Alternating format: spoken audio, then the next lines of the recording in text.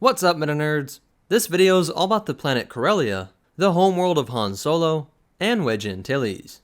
Located in the core, within the Corellian sector, it was a world that rotates around one sun, with itself having 3 moons. The day and year lengths are similar to Earth, with a 25-hour day, and 329 days in a year. It is about 86% the size of Earth, with a diameter of 11,000 kilometers, with also having very Earth-like terrain, ranging from sandy deserts, forests, jungles, and regions covered in ice. But something that definitely separated it from Earth was the fact that Corellia, and every other planet in the Corellian system, had what was called a planetary repulsor. This technology allowed one to move the location of these planets, theoretically to any location in space given enough time, causing many to believe that each of these planets had been moved here by ancient beings known as the Architects, also known as the Celestials.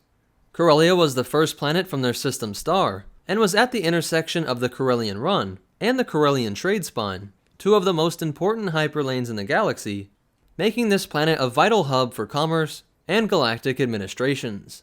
Corellians built thriving civilizations on the 4 other planets in their system, known as the 5 Brothers, with Corellia being the eldest brother. Its capital was the city Coronet, located on the southernmost coast of the largest continent. The planet itself was used to mine raw materials, and for farming, with large starship construction being done off-world.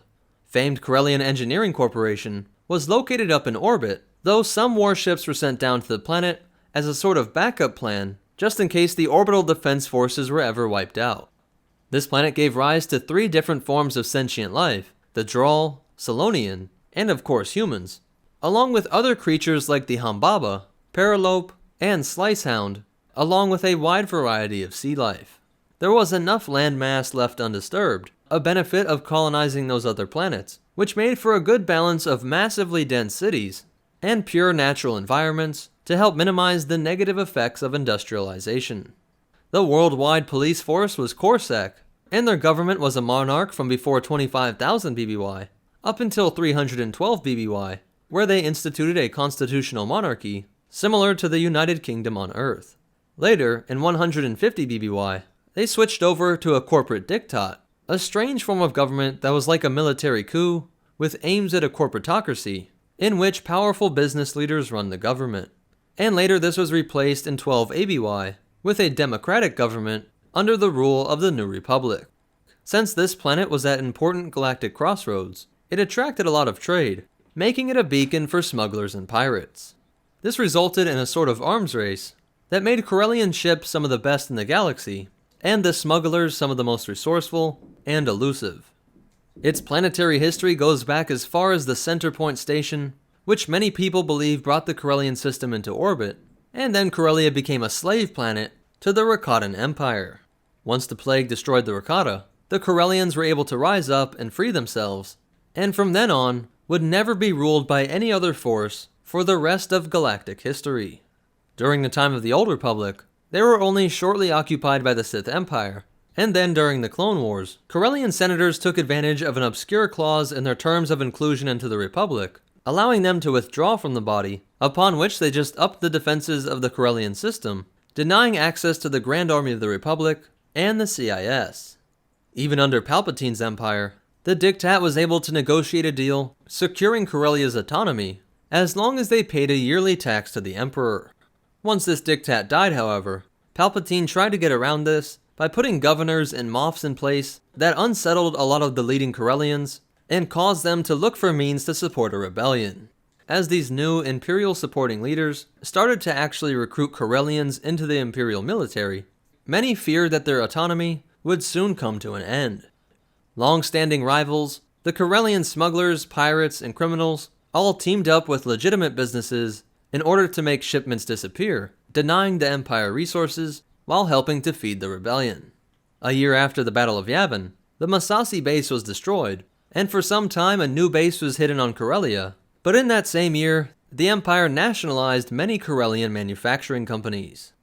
This confirmed a lot of people's fears, and leaders from this important core world signed on to the Declaration of Alliances of Free Planets, and after the Battle of Endor, Corellia would become one of the first member worlds in the New Republic. but it still would not be free of Imperial influences for about another 8 years, as Imperial remnant forces flocked to Corellia, putting at least 25 Star Destroyers in orbit, and millions of ex-Imperials sought shelter in their major cities. Eventually, the Imperial forces were removed by the NR military, and around 40 ABY, a system was created that gave each of the 5 planets in the system a more distributed balance of power and more voting rights. But in 137 ABY, it would be in a region of space that came to be controlled by Darth Krayt, though the exact level of control that he was able to exert over the fiercely independent Corellians is a bit unknown. So that's it for Corellia, but you definitely want to hear these cool facts and behind the scenes stuff. Originally, the planet was named Krell by George Lucas, who described it as a grim and gaseous world, with winged flying creatures that seemed to be a reference to concept art that was used to make Bespin. There are differences on the amount of moons across the Essential Atlas and the game Star Wars Galaxies, and in a cancelled novel, the name Corellia was going to come from Antonia Corelli, a pilot that came from 25th century Earth. This would have been the source of humans in Star Wars, and a link to our galaxy. So that's it for Corellia, but most important of all, remember, always read your planetary inclusion contracts, and the Force will be with you. Always.